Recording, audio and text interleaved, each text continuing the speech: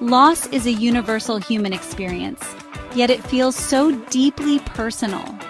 It leaves us grappling with a whirlwind of emotions, often struggling to understand the depth of our pain. If you've experienced a loss that has shaken you to your core, if the pain feels insurmountable, please know this: you're not alone. In the face of such profound loss, we often feel lost and uncertain about how to even begin to heal. But the truth is, healing is possible. It's a journey, not a destination, and it's unique for everyone.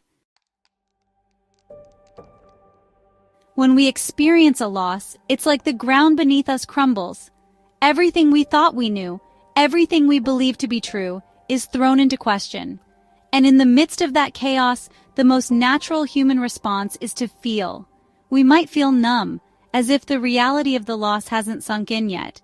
We might avoid confronting our feelings, pushing them down because they seem too overwhelming to face. Or we might be completely overtaken by grief, feeling like we're drowning in a sea of sadness.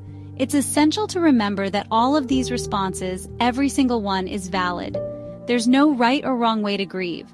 What matters is that we allow ourselves to feel these emotions fully, without judgment. It's in the feeling, in the acknowledging, that we begin to process our grief. Think of it this way: emotions are like messengers. They're trying to tell us something about what we're experiencing. Fear might be telling us that we're afraid of being alone. Anger might be telling us that we're feeling betrayed by the loss.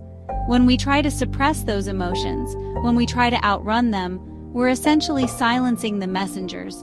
But the messages are still there, bottled up inside, waiting to be heard.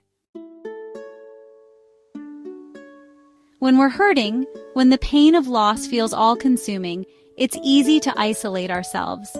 We might worry about burdening others with our grief, or we might believe that no one could possibly understand what we're going through. But here's the truth, and please hear me on this: connection is essential to healing. Reaching out to others doesn't mean you have to put on a brave face or pretend that you're not hurting. It means allowing yourself to be vulnerable, to let others see your pain and offer support. It might mean simply sitting in silence with someone who cares, knowing that you're not alone in your grief. If connecting with others feels too difficult right now, that's okay too. There are other ways to find solace and support. Reading books about grief, connecting with online support groups, or even spending time in nature can be incredibly healing. The key is to find what works for you, what helps you feel less alone in your grief. Remember, healing is not a linear process. There will be good days and bad days. There will be moments when you feel strong and capable, and moments when you feel overwhelmed and lost. Chapter 3. Healing from loss isn't about forgetting or moving on. It's about finding a way to integrate the loss into our lives, to honor the person we've lost while still moving forward. One powerful way to do this is to create a space for grief. This could be a physical space in your home, a journal where you write letters to the person you've lost, a collection of photos and mementos, or even a special ritual you perform in their memory. The important thing is that it feels meaningful to you. When we engage with our grief in this way, when we allow ourselves to express our emotions and connect with the memories of the person we've lost, we're not holding on to pain, we're holding on to love. We're reminding ourselves that even though the person is physically gone, the love we shared, the memories we created, those remain. Love doesn't disappear with death. It changes form, it transforms, but it never truly leaves us. Chapter 4.